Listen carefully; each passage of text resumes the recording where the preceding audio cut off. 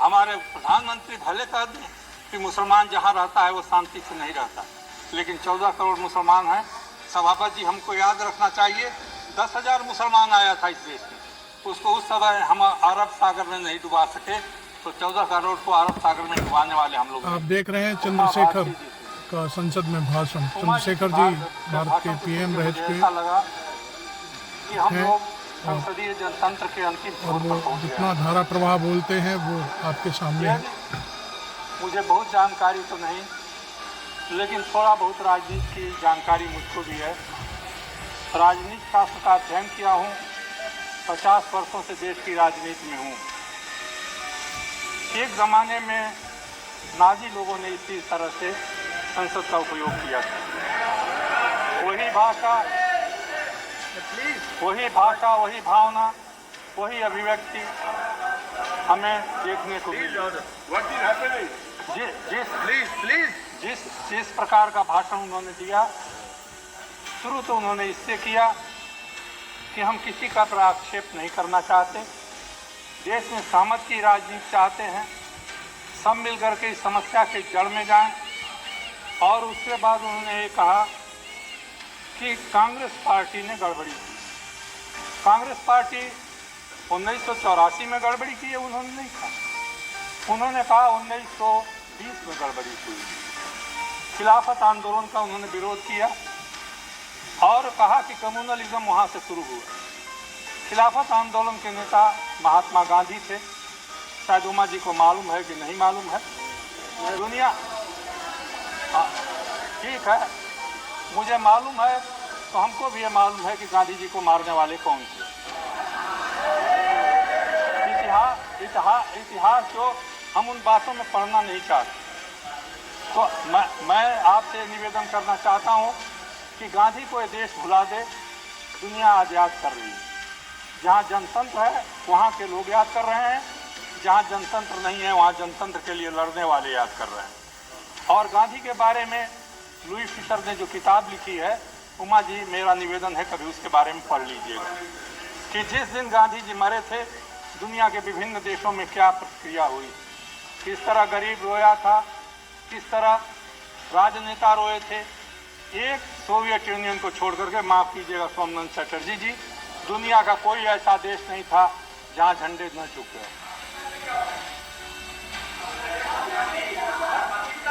क्यों आप टोका टोकी प्लीज क्यों टोका टोकी कर रहे हैं? आसन के बिना अनुमति से आप खड़े हो जाते हैं, ये परंपरा नहीं है। Please take you.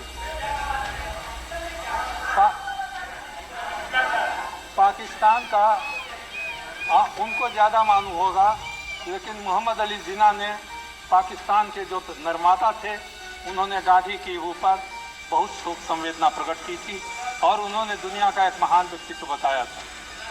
और आप उससे ज़्यादा जानते हो वो इतिहास मुझको नहीं मालूम। सभापति जी, मैं आपसे निवेदन करना चाहता हूँ कि मैं कोई किसी पर आक्षेप नहीं कर रहा हूँ, मैं ये बता रहा हूँ कहाँ हम लोग पहुँचते हैं। कुछ कर सकते हैं जो महात्मा गांधी के बारे में मैं जिन्ना के शब्दों को याद नहीं करता, जिन्ना और नाथूराम गोडसे के शब्दों को आप ही याद करती हैं।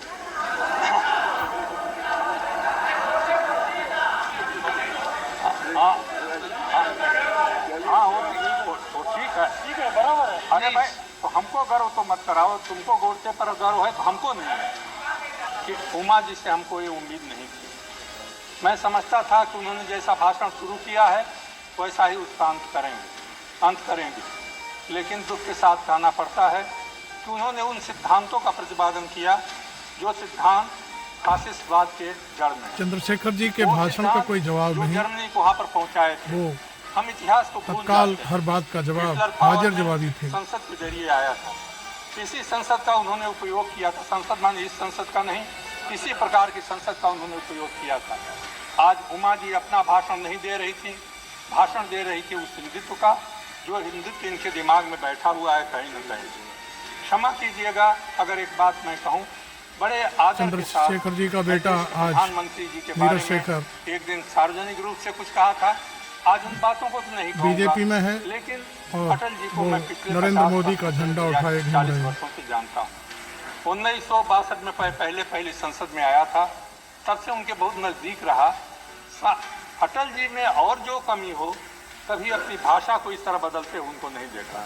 इन्होंने 70 का कोई उदाहरण दिया, मुझे नहीं मालूम 77 में भी अटल जी के नज़दीक रह के काम करने को मिला था। लेकिन मुझे अजीब लगता है कि अटल जी सा व्यक्ति जो विदेशी शक्तियों से संबंध रखता हो, उन्होंने वो भाषण कैसे दे दिया जो भाषण उन्होंने गोवा में दिया। उनके भाषण को और उमा जी के भाषण को सुन करके मुझे ऐसा लगता है कि अब हमारे लिए कोई स्थान नहीं है जनतंत्र के जरिए इस देश को चलाना। वैद्या जी एक इनके नेता हैं, राष्ट्रीय स्वयंसेवक संघ के प्रवक्ता हैं। कल टीवी के ऊपर उनका एक भाषण मैंने सुना, कहा एनडीए की अपनी एजेंडा है, उस एनडीए में डीएमके की अलग एजेंडा है, तेलुगु देशम की अलग एजेंडा है। सब लोग अपनी अपनी एजेंडा चला करके कुछ पाना चाहते हैं, सब लोग अपनी अपनी बातों को दोहराता चाहते हैं। हमारी भी अपनी एक एजेंडा है और उस एजेंडा को चलाने के लिए हम मजबूर हैं। ये बातें जब वो कहते हैं, तो जब बार बार ये यहाँ इस सदन में कहा जाता है और बाहर भी कहा जाता है कि सरकार भाजपा की नहीं है, एनडीए की है, तो मैं नहीं जानता सरकार अटल बिहारी वाजपेयी की है या वैद्या जी की है। इस बात का भी खुलासा एक बार हो जाना चाहिए। मैं आपके जरिए सदन से एक निवेदन करूँ, बहुत खून बह चुका। हमारे एक मित्र हैं, बहुत दिन हमारे साथ वो भी रहे, रक्षा मंत्री हैं देश। कल या आज ही उनका एक वक्तव्य पढ़ा कि जयप्रकाश जी ने कहा था कि मैं चंद्रबाबू नायडू में एक रोशनी देखता हूँ। मुझे पता नहीं था, नरेंद्र मोदी में एक रोशनी देखता हूँ। पता नहीं जयप्रकाश जी ने कहा था या नहीं, लेकिन जॉर्ज फर्नांडिस को रोशनी जरूर दिखाई पड़ती है। वैसे लोगों के बारे में हमें कुछ नहीं कहना। तो सभापति जी कहाँ हम ले जाए? क्या ये भाषा तो मैं, इसमें कोई असंसदीय हो तो मैं वापिस ले लूँ। मैं तो थोड़े ही शब्दों में अपनी बात कहना चाहता हूँ। अगर इतना गुस्सा आता है तो उस गुस्से को समझते हुए मैं चुप भी हो सकता हूँ, लेकिन सभापति जी नहीं कर रहे हैं ना। मैं चंद्रशेखर जी को बहुत गुरु तुल्य मानती हूँ, जितना अटल जी को मानती हूँ उतना ही इनको मानती हूँ। ना तो मैंने महात्मा गांधी जी के बारे में एक शब्द बोला। आपने जो जॉर्ज साहब के लिए भाषा का प्रयोग किया ना माननीय चंद्रशेखर जी, अगर आप उसको वापस ले सके बहुत अच्छा नहीं हुआ। वो आपके मुँह से हम सोच भी नहीं सकते थे। भाषण से कह दिया गया है। उमा जी क्यों आप चिंतित हैं? मैंने कहा कोई आपत्ति कि उमा जी ने खिलाफत मूवमेंट का विरोध किया और कहा, अरे सुन लीजिए, अब जवाब भी नहीं देने। अब बैठे बैठे नहीं बोले। और खिलाफत मूवमेंट से मुस्लिम सांप्रदायिकता का उदय हुआ। इसका मतलब ये था कि गांधी जी ने सांप्रदायिकता को बढ़ावा दिया। और अगर ऐसी बात है तो देश के इतिहास को फिर से बदलना पड़ेगा।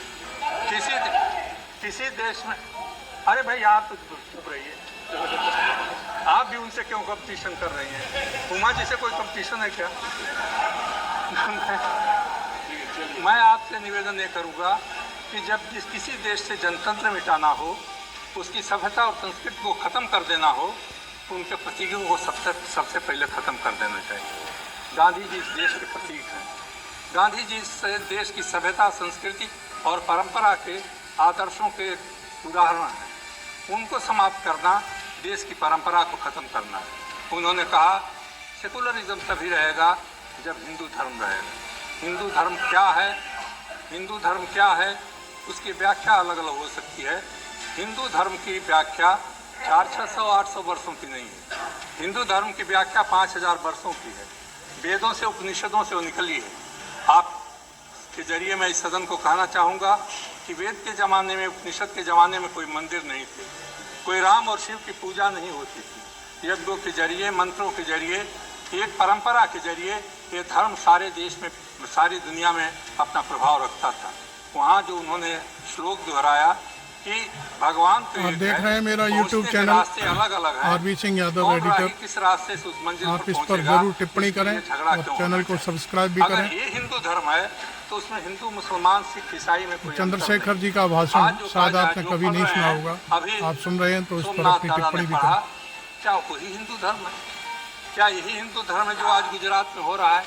आपने दूसरी बात कही कि आज़ादी के बाद किसी जगह इस तरह दंगा नहीं रुका जिस तरह से दंगा रुक गया गुजरात में। 3 दिनों के अंदर या 4 दिनों के अंदर, आज 2 महीना हो गए, दंगा आज भी चल रहा है। मैं, हमारे एक मित्र कह रहे थे कि मैंने कोई कई 100 करोड़ रुपया कमा लिया, कि ज़मीन पर कब्जा कर लिया। 4 महीना मैं भी सरकार में रहा था, इस संजोग से दूसरे की मर्जी पर। जिस दिन मैं सरकार में आया था 70 जगहों पर कर्फ्यू लगा हुआ था और 3 दिन के अंदर, 7 दिन के अंदर एक जगह भी कर्फ्यू नहीं लगा। 100 लोगों को गोली से मार दिया सरकार ने गुजरात की। ये कोई बड़ी भारी उपलब्धि नहीं है। एक तरफ गरीबों को उभार दो कि दंगा करो और दूसरी तरफ कामयाबी दिखाने के लिए गरीबों को मार दो। ये बात देश को चलाने के लिए सरकार दंगे को रोकने की जिम्मेदार है। आपने कहा कि कोई किसी की रक्षा नहीं करता, व्यक्ति रक्षा नहीं कर सकता, लेकिन सरकार की जिम्मेदारी है कि वो नागरिकों की रक्षा करे।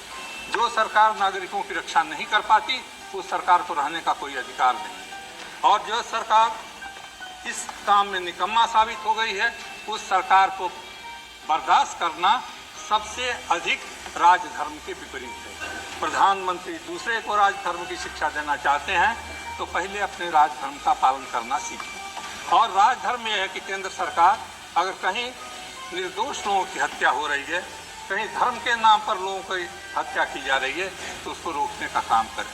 मैं आपसे निवेदन करूंगा कि ये देश एक ऐसे अंधेरे में जा रहा है जिस अंधेरे से निकाल पाना इसके लिए कठिन हो।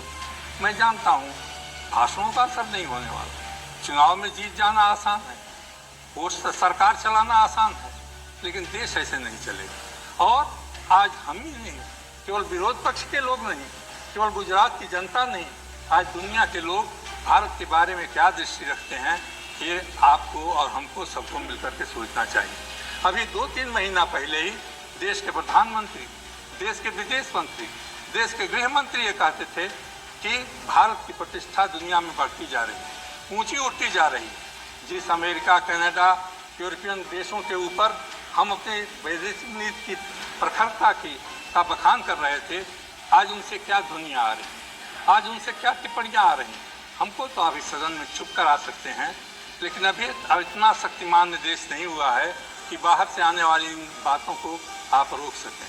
यहाँ किसी को चुप करा देना आपके बस में है, लेकिन चुप कराने वाले कभी इंसानियत को चुप नहीं करा सके हैं। देश में नहीं, दुनिया के इतिहास में बताया है कि जब कोई आदमी तलवार के बल पर केवल सत्ता का बचाना चाहता है, तिकड़म के बल पर, झूठे व्यवहार के ऊपर, एक दूसरे को धोखा दे करके, जनता के साथ छल कपट करके अगर कोई सरकार चलाए, कुछ दिन सरकार चला सकता है, लेकिन देश नहीं चला सकता। आज वैसी स्थिति में देश पहुंच गया है और वैसी स्थिति में पहुंचने का आधार ये है कि पहली बार मुझे भी अनुभव कर रहा है और हो रहा है कि अब मेरे जैसे लोगों को संभल करके बोलना चाहिए। जो गोधरा में हुआ, जो गुजरात में हुआ, वो कहीं यहाँ भी ना होने लगे, इसका भी डर लगने लगता है। गोधरा में जिस दिन हत्या हुई थी, यहाँ पर हमारे सभापति जी, अध्यक्ष जी नहीं हैं, उनके पास मैं गया, कहा कम से कम आज तो गोधरा के ऊपर सर्वसम्मति प्रस्ताव किया जाए। अखिलेश जी ने और रामविलास पासवान ने एक काम रोको प्रस्ताव रखा था, हमने कहा उसी को आधार बना करके कुछ कहा जाए, लेकिन उस दिन इधर से कम शोर हुआ था, ज़्यादा शोर आपकी ओर से हुआ। उस दिन हिंदू की रक्षा करने के लिए आप लोग ज़्यादा प्रखर थे। अगर गोधरा पर उस दिन ये सदन एक मत से राय देता तो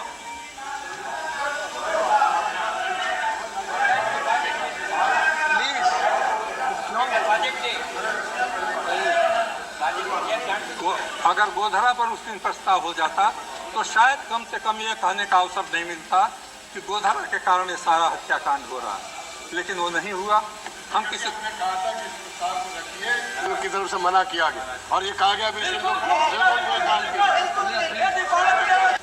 जैसा उमा जी ने शुरू में कहा, अच्छा होता अगर इसका कारण बताती कि क्यों ये दंगे हुए। दंगे इसलिए हुए कि लोगों के मन में विश्वास है, लोगों के दिल टूटे हुए हैं, लोग समझता है उनका जीवन सुरक्षित नहीं। जीवन उनका सुरक्षित नहीं है। और इस कारण चाहे गोधरा हो चाहे अहमदाबाद, हत्या हिंसा हर जगह एक ही है। और जो भी हत्या और हिंसा करता है वो भूल जाता है कि अगर एक मर्द या औरत मरती है तो वो भारत माँ का एक बेटा और एक बेटी मरती है।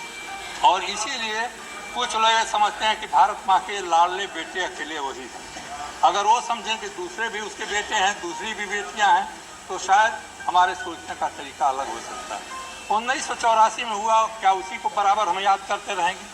क्या 1984 के कारण गुजरात सही हो जाएगा? 1984 में नहीं, 1984 में मुझे मालूम नहीं कितने लोग गए थे। जिस दिन दंगे हो रहे थे, लोग मारे जा रहे थे, मैं 15-20 लोगों के साथ दिल्ली की सड़कों पर अकेले घूम रहा था बिना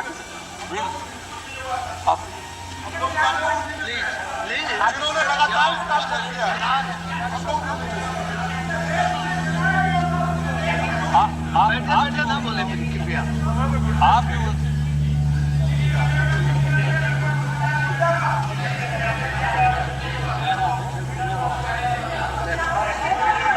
नहीं होने अब शांति बनाए रखे प्लीज। नहीं, ऐसे ही अगर चलेगा तो हम तो नहीं, हम कह रहे हैं कि हम तो देख रहे हैं, कुछ बोल नहीं रहे हैं। देखना भी मना हो तो कहिए आपकी तरफ न देखो। नहीं, हमारा अच्छा कभी नहीं होता, भाषण तो आपका अच्छा होता है, लेकिन सभापति इसलिए नहीं अच्छा हो रहा है कि मैं आपकी भाषा का इस्तेमाल नहीं कर रहा। और मैं समझता हूँ कि वो भाषा इस्तेमाल करना देश के लिए घातक है, और देश के लिए जो घातक है वो मेरे लिए वर्जित है। जिस तरह का भाषण यहाँ पर हो रहे हैं और जिस तरह का भाषण आप लोगों ने दिया है, उससे गुजरात के दंगे और भड़केंगे। ये मत समझिए कि आपके डराने से लोग डर जाएंगे। हमारे प्रधानमंत्री भले कह दें कि मुसलमान जहाँ रहता है वो शांति से नहीं रहता, लेकिन 14 करोड़ मुसलमान हैं। सभापति जी, हमको याद रखना चाहिए 10,000 मुसलमान आया था इस देश में, उसको उस समय हम अरब सागर में नहीं डुबा सके, तो 14 करोड़ को अरब सागर में डुबाने वाले हम लोग नहीं हैं।